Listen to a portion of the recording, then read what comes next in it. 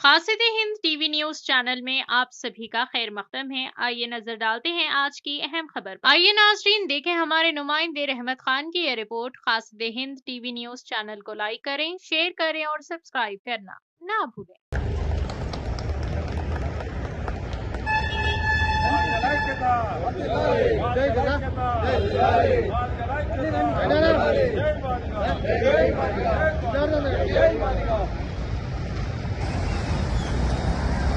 గత 3 దశాబ్దాలుగా మాదిగలు రిజర్వేషన్ల వర్గీకరణ కోసం పోరాడారు.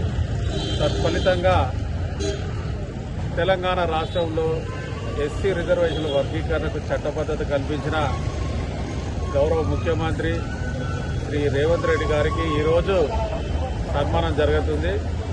ఈ సన్మాన కార్యక్రమంలో వ్యవసాయ, వెటర్నరీ మరియు హార్టికల్చర్ యూనివర్సిటీ ఉద్యోగులు మరియు రాజేంద్ర నగర్ ప్రాంతానికి చెందిన మాదిగా పెద్ద మనుషులందరూ కూడా పాల్గొనడం జరుగుతుంది.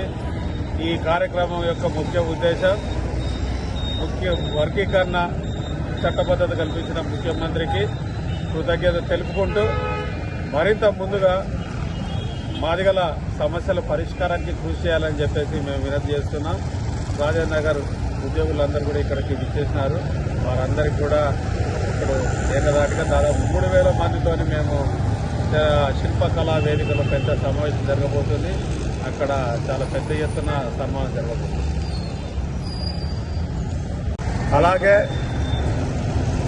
3 ఈ వ్యవసాయ యూనివర్సిటీ, వెటర్నరీ యూనివర్సిటీలో మాదిగ ఉద్యోగుల పట్ల చులకన భావంతో వివక్ష చూపుతున్న విషయం కూడా గౌరవ ముఖ్యమంత్రి గారికి తెలుపుతున్నాం. ఈరోజు ఇంతకుముందు కూడా గౌరవ మంత్రివర్యులకు మేము తెలియజేశాం.